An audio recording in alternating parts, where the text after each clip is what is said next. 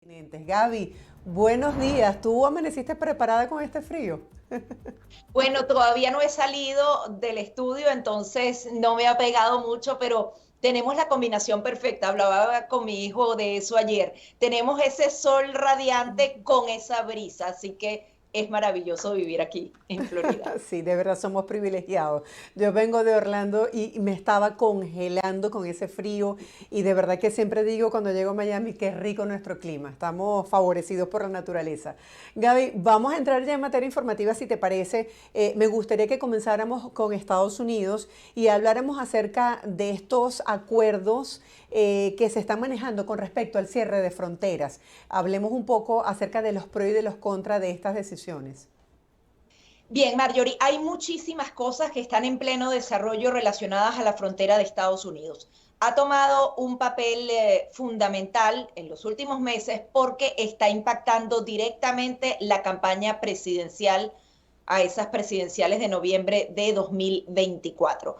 Joe Biden ha recibido a más de 7 millones de migrantes y esto está impactando en las grandes ciudades y a todo nivel. Y esto le está costando votos, le está restando apoyo al actual presidente. Y adicionalmente, los republicanos aprovechan la ocasión para poder entonces avanzar en su retórica. Hay 4 cosas en pleno desarrollo que quería enumerarlas y después explicarlas rápidamente. En primer lugar, hay una discusión en el Senado de Estados Unidos donde demócratas y republicanos habían decidido ponerse de acuerdo para aprobar una serie de medidas para asegurar esa frontera y adicionalmente, amarrado a lo que serían recursos para la frontera, vendría la ayuda para países internacionales, para todos los conflictos bélicos que hay en el mundo, particularmente el de Ucrania y el de Israel, y bueno, había algún dinero para Taiwán y otros puntos específicos.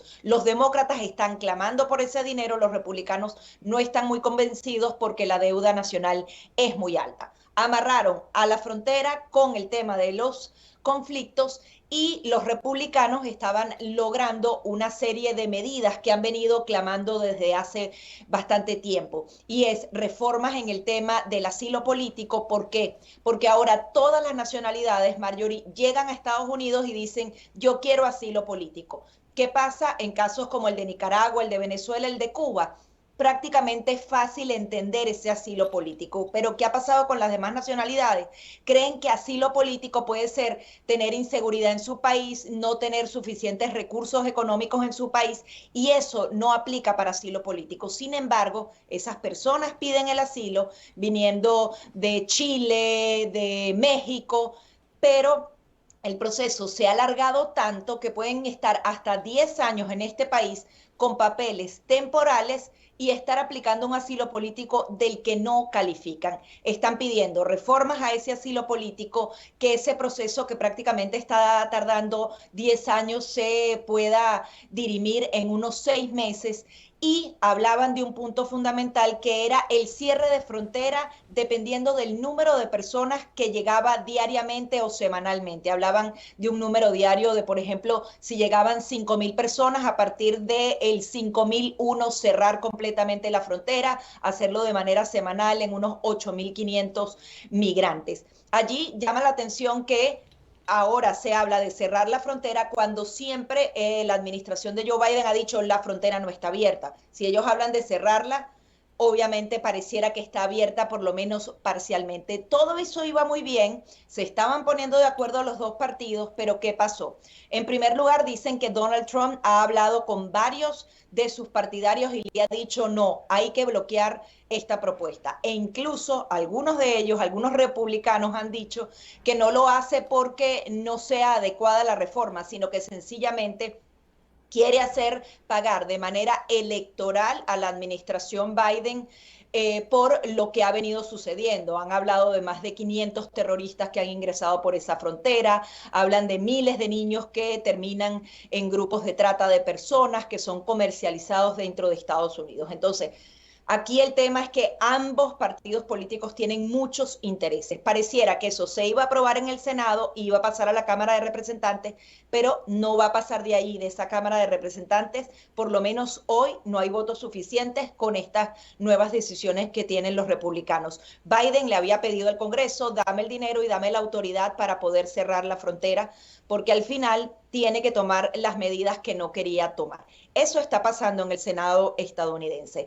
Adicionalmente, hay la posibilidad, que también se está discutiendo en el Congreso de Estados Unidos, de un juicio político a Alejandro Mayorkas, que es el secretario de Seguridad Nacional y sería la máxima autoridad. Los republicanos aseguran que le está violando la ley porque se están dando liberaciones masivas de esos migrantes ilegales. Ellos no los pueden mantener en prisión durante tanto tiempo y los están liberando. Y la ley migratoria en Estados Unidos es muy específica sobre el escrutinio que tiene que tener cada uno de esos migrantes. Y por tanto, si los estás dejando libres sin mayor revisión a sus antecedentes penales, estarías violando la ley de migración, entre varias otras cosas. Y adicionalmente está el tema de Texas, que lo estuvimos hablando el día de ayer. El gobernador Greg Abbott ahora tiene una orden de la Corte Suprema de Justicia. Sabemos que él tiene una disputa con la administración Biden, pero aquí no hay que perder la perspectiva. Él debería inmediatamente acatar lo que dice el máximo tribunal del país, la máxima instancia de justicia, que pide que se retiren todos esos alambres de púa que eran una barrera física que él estaba imponiendo en ciertos puntos en Texas. No lo está cumpliendo, está desafiando, ya hay más de 10 o 15 estados que lo están apoyando porque está la misma disputa. El gobierno federal debería dar esa protección a nivel nacional y apoyar a los estados, pero como no lo está haciendo, los estados están tomando las medidas por sus propias manos. Así incluso apuntan algunos de los artículos de opinión. Y hay que rescatar el número de personas que han pasado por ahí. De septiembre de 2022 a septiembre de 2023, 2,5 millones de personas, Mario. Y hay que verle la cara a 2,5 millones de personas pasando por tu estado. Muchos de ellos se quedan, se colapsa el sistema escolar, se colapsan los sistemas de servicios públicos, agua, luz. Parece tonto, uno podría pensar que aquí en Estados Unidos no pasa, pues sí pasa cuando es tan grande el número de personas. Aquí el tema es que Sí, hay hemos demasiados visto intereses incluso a políticos gente pidiendo en las calles algo que no se veía aquí en los Estados Unidos y es un tema complejo lo que está ocurriendo en Texas porque a pesar de que ya esto es una orden federal, pues el gobernador Greg Abbott dice seguiré defendiendo la autoridad constitucional de Texas para asegurar la frontera e impedir que el gobierno de Biden destruya nuestra propiedad. O sea, él hace caso omiso a esta decisión de levantar este cerco de púas. Entonces es una situación compleja entre lo que es una decisión federal y lo que es esta decisión que ha tomado el gobernador. Sí, es complejo en la materia de esas barreras físicas específicamente, pero también es complejo en el tema de las medidas de seguridad que se tienen que tomar. Por ejemplo, veíamos un artículo de opinión publicado en el Nuevo Herald por el senador Marco Rubio y decía, que el gobierno federal es el que tiene que tomar las medidas macro y hace una enumeración de la cantidad de decisiones que poco a poco fue tomando Joe Biden para contradecir las medidas anteriores que fueron adoptadas por Donald Trump y que eso provocó que subiera esa migración de 250,000 a 600,000 y que terminara traduciéndose en 7 millones de migrantes. E incluso me dolía un poco porque abría el artículo con un caso registrado aquí en Florida donde un hombre fue asesinado y al parecer fue víctima del Tren de Aragua, un grupo delincuencial, criminal que en teoría tiene su origen en Venezuela y que ahora todos los medios de comunicación están reflejando que esta banda está operando abiertamente en Estados Unidos. Cuando hablan de eso y lo ligan con el tema de migración, de alguna manera queda entonces manchado el nombre de tantos venezolanos trabajadores que también han venido acá. Aquí el tema es que la migración ilegal tiene que ser rechazada porque hay muchas otras vías de hacerlo bien. Hay 30.000 cupos a través del parol humanitario, hay citas a través del CBP-1 y los venezolanos y los demás extranjeros tienen que tomar las vías legales y no ilegales y permanecer en las sombras en este país. Entonces, hay mucha preocupación, mucha campaña política aquí. Ninguno de los dos partidos tiene de lleno las ganas de resolver el tema migratorio, a menos de que eso les dé algún tipo de beneficio electoral. Y eso es muy doloroso, porque está el tema de la seguridad nacional, está el tema de que quizás sí se necesitan migrantes para trabajar en el país, pero la reforma real que tiene que existir en el país para asegurar la frontera y para brindar las oportunidades de manera ordenada, no está ni en vista, ni empezando a escribirse esa reforma migratoria que adicionalmente le dé entonces la posibilidad de los que ya vinieron, incluso hace décadas, de hacer vida completamente aquí en Estados Unidos con papeles que puedan permanecer en el tiempo. Ahora, Gaby, veíamos titulares como el hecho de que si se aprueba esta reforma o estos acuerdos bipartidistas, se pudiese ver afectado el parol. ¿Tienes información con respecto a esto? Es la pregunta que mucha gente se hace. Es decir, ¿me va a afectar a mí en mi proceso, la gente que está buscando un estatus legal en este país? Esas son algunas de las discusiones que se tienen, porque están diciendo, y eso incluso está en las cortes, que el Ejecutivo, es decir, actualmente la administración Biden, está excediendo sus funciones al dar un parol, porque normalmente eso tiene que ser parte de una reforma que pase a través del Congreso o con otro tipo de medidas específicas. El parol prácticamente te da de manera automática ese permiso de trabajo y la posibilidad de vivir y trabajar aquí en Estados Unidos.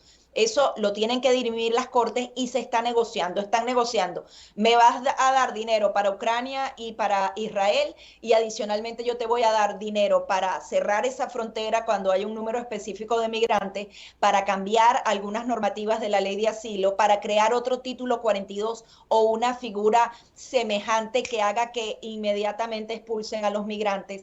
Se habla del parol. Todos esos temas están allí en la mesa de esta discusión. Lo que pasa es que parecía que iba a avanzar y ahora está frenado por temas partidistas y por temas de campaña. Parece que el Senado ya lo tenía prácticamente listo, aprobado. Si pasaba el Congreso, Biden iba a firmar esas medidas que incluso son las más duras y justas, así las ha descrito el propio presidente Joe Biden, de toda una década, pero decía que bueno, que eran necesarias. Entonces, el parol podría entrar perfectamente dentro de esa negociación o esas citas que se dan a través del CBP-1, pero yo creo que ellos están más enfocados en lo que es la migración irregular, la que llaman la migración ilegal, las personas que llegan aquí por su propio paso o a través de todas estas bandas criminales y quieren entonces a la fuerza o porque sí obtener papeles dentro de Estados Unidos. Ahora, para compartir con la audiencia y tratar de ponerlo un poco en contexto, ¿por qué es importante el apoyo de Estados Unidos a Ucrania? Porque también veía como algunos analistas señalaban que si Rusia ganaba tras la invasión a Ucrania, Estados Unidos y Europa quedaban débiles o expuestos ante el resto del mundo. Es que es una guerra en donde se están midiendo los poderes mundiales. Europa primero está muy preocupada de que Rusia pueda seguir avanzando y a pesar de que critican tanto a Estados Unidos, necesitan el apoyo económico que Estados Unidos brinda a través de la vía militar para Ucrania. Ucrania, sin ese apoyo, sencillamente mañana perdería la guerra. El tema aquí es que Estados Unidos ha dicho hasta cuándo se puede dar ayuda ilimitada a Ucrania, cuánto tiempo va a durar la guerra y hasta dónde puede seguir dando dinero cuando hay necesidades acá. Está en juego justamente esa hegemonía y ese poderío mundial. Aseguran que si Rusia gana la guerra, China podría ahora tratar de apoderarse de Taiwán, podrían haber más conflictos en el Oriente Medio y Estados Unidos quedaría en una posición de debilidad. Sin embargo, como decíamos, es una guerra hasta cuándo va a durar. Estados Unidos tiene que hacerse fuerte, pero ¿cuánto le cuesta hacerse fuerte? Entonces es muy complicado ese tema y lástima no tenemos tanto tiempo para analizarlo en profundidad. Así es. Hay otro tema de interés para nuestra comunidad y que tú le has venido dando seguimiento y es el caso de la ratificación de la inhabilitación de María Corina Machado y la reacción de la comunidad internacional, específicamente de Washington, de la Casa Blanca, que se ha pronunciado y ha dado también un plazo al oficialismo venezolano. Quisiera que ya para terminar profundizáramos en esto. Sí, en las últimas 24 horas ya comenzaron a darse algunas acciones concretas por parte de Estados Unidos para reaccionar a esa ratificación de la inhabilitación política a María Corina Machado. Se han revertido lo que eran las licencias, lo que permitía comercializar el oro a través de Minerven y algunas empresas de minería en Venezuela. Aquí lo que se estaría esperando, lo que están pidiendo algunos grupos es que vuelvan a imponer completamente las sanciones petroleras y de gas o que estas no sean renovadas. ¿Por qué se habla del mes de abril? Así lo apuntan los funcionarios de Estados Unidos, porque en abril justamente vence el lapso, esa ventana que le dieron que daba comercialización y completa apertura al sistema, a lo que es todo lo que tiene que ver con petróleo y todo lo que tiene que ver con gas. En abril tendrían que renovar esa excepción que permite hacer todo con este sector. Hay quienes aseguraban, esto se dio para que tú obtuvieras algo en la mesa de negociación y acuerdo y no se ha avanzado en nada. Sin embargo, más allá de lo que sería mi opinión personal, lo que he venido leyendo en los medios económicos, lo que he hablado con algunas de las personas que influyen en la toma de decisiones en Estados Unidos, es muy poco probable, Marjorie, y no es una opinión mía, es lo que se dice a puertas adentro, tanto entre funcionarios y entre especialistas, que vuelvan las restricciones absolutas al petróleo y al gas a Venezuela. Quizás se tomen medidas parciales con respecto a eso, pero Estados Unidos, la administración de Joe Biden específicamente, tiene una posición distinta con el tema de las sanciones, asegura que las sanciones no necesariamente van a impedir que Nicolás Maduro continúe con esta actitud de no permitir que María Corina Machado esté en esas elecciones, y si ellos revierten completamente todo lo que es esa flexibilización de sanciones, dicen que se retirarían de la mesa de negociación y acuerdo Nicolás Maduro. Hay dentro de Venezuela algunos grupos económicos que dicen, independientemente, si no vas a lograr igual la inhabilitación política, ¿por qué no seguir sembrando lo que ha venido dando ciertos respiros a pequeñas burbujas dentro de Venezuela? Dicen que esto agravaría nuevamente la calidad de vida de los venezolanos, es la opinión de los que están dentro, y pareciera que en el mes de abril va a pasar lo mismo que pasó el 30 de noviembre. Había como una amenaza a Nicolás Maduro de reimposición de sanciones, pero estas no van a ser al 100% ni definitivas, se harían de manera parcial. Y ya oíamos a Jorge Rodríguez decir que, bueno, que él volvería a la mesa de negociación y acuerdo. Ellos ahora se hicieron otra película, supuestamente es la plataforma unitaria la que violó el acuerdo, porque supuestamente ahora están en temas conspirativos. Hay también quienes aseguran que si reimponen absolutamente todas las sanciones por María Corina Machado, le van a echar a María Corina Machado la culpa de la reimposición total de esas sanciones, porque bueno, porque ellos actúan de esa manera. Es muy complejo, hemos visto varios senadores republicanos exigir que esas sanciones se vuelvan a imponer completamente, pero además el tiempo se agota, eso sería abril, ya prácticamente en noviembre son las elecciones y es muy poco probable. Uno de los puntos que era fundamental para el gobierno de Estados Unidos en esa reimposición de sanciones era el tema de Florida. Sin embargo, ellos están bastante débiles en el tema de votos aquí en Florida y no necesariamente hacen esa apuesta, porque lamentablemente también se trata de votos. Y hay quienes aseguran que si se reimponen todas las sanciones, Nicolás Maduro no va a permitir, por ejemplo, los vuelos de deportación directos desde Estados Unidos a Venezuela, porque eso sigue ocurriendo, los venezolanos lo siguen devolviendo, y ellos tienen el tema migratorio que es fundamental aliviarlo un poco. Y al final Estados Unidos vela por sus propios intereses o ve lo que en el futuro inmediato le da un beneficio. Entonces, si se agrava nuevamente la situación económica en Venezuela, vienen más migrantes, no tienen el tema de las deportaciones, pareciera que todo eso va a pesar y adicionalmente en la visión que tiene particularmente la Casa Blanca, no tanto el Departamento de Estado, sino la Casa Blanca a través de su Departamento de Seguridad Nacional, de que van a seguir negociando con Nicolás Maduro, que las sanciones están allí y otro de los puntos, no sé si ellos están 100% comprometidos en que haya esas elecciones con o sin María Corina Machado. Si ellos están dispuestos a renunciar a esa figura de María Corina Machado para igual a ir a elecciones, eso también va a pesar. Sin embargo, María Corina Machado aseguraba que ella misma va a obligar al régimen de Nicolás Maduro a sentarse a negociar con ella. No sabemos si Barbados va a morir a partir de ahora, si va a renacer de manera parcial también.